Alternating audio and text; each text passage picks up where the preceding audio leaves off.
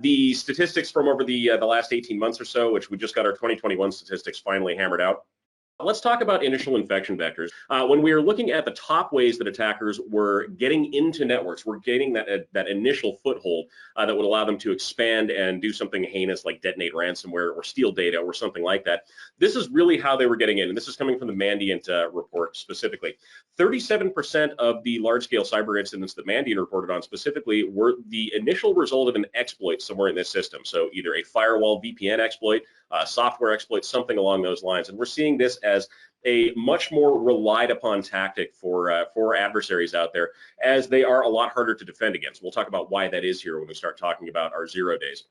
Next up, we have about 17% of the attacks that were listed coming as the result of a supply chain compromise. We'll go into detail on this one as we go through, but supply chain compromises, just like 0 days and other exploits, are very, very tough to defend against, especially if you are not 100% certain exactly what software and what dependencies you have running inside different portions of your environment. We all have to deal with shadow IT staff every once in a while. This is one of the reasons why that becomes such a big issue.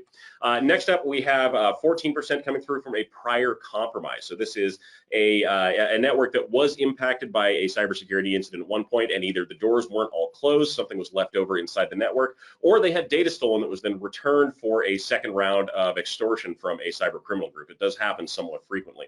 And then we have 11% of these coming from phishing, which is notable. In a lot of cases, we've talked about a primary delivery method for malware being phishing, or email phishing specifically.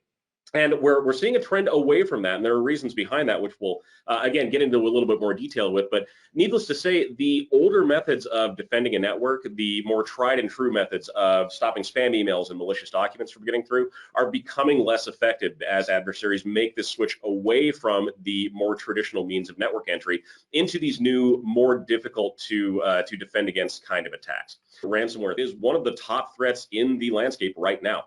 We've seen a huge amount of attacks that are moving from the traditional ransomware of locking up systems and then forcing you to pay for a decryptor before you can gain access to them, into just data theft. And you can see the graph in front of you. Ransomware attacks preventing access to companies or systems until ransom is paid. 71% of ransomware attacks had that component in them.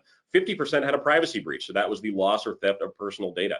Employees working from home falling for phishing and social engineering attacks, we've seen a big bump in that. And all of this is providing other areas for cybercriminals to enter into your network. They're providing other venues that attackers can use that don't rely on those more traditional stolen credential style or brute force style entry methods. This also goes towards where these attacks are being targeted over the basically the full landscape. So if we're looking at the percent of investigations that are done for cybersecurity incidents, large portion of those go to business and professional services. High-tech services, though, are not far behind.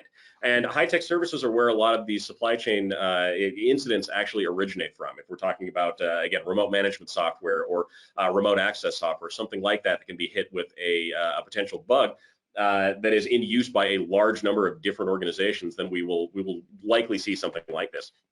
Thank you so much, everyone. Again, my name is Matt Duran, Director of Training and Incident Response for LMG Security. If you have any questions, please feel free to reach out at any time. We would love to hear from you. You can reach me at info@lmgsecurity.com. You can find us on LinkedIn, and you can follow us on Twitter. Thanks so much, and we'll see you next time.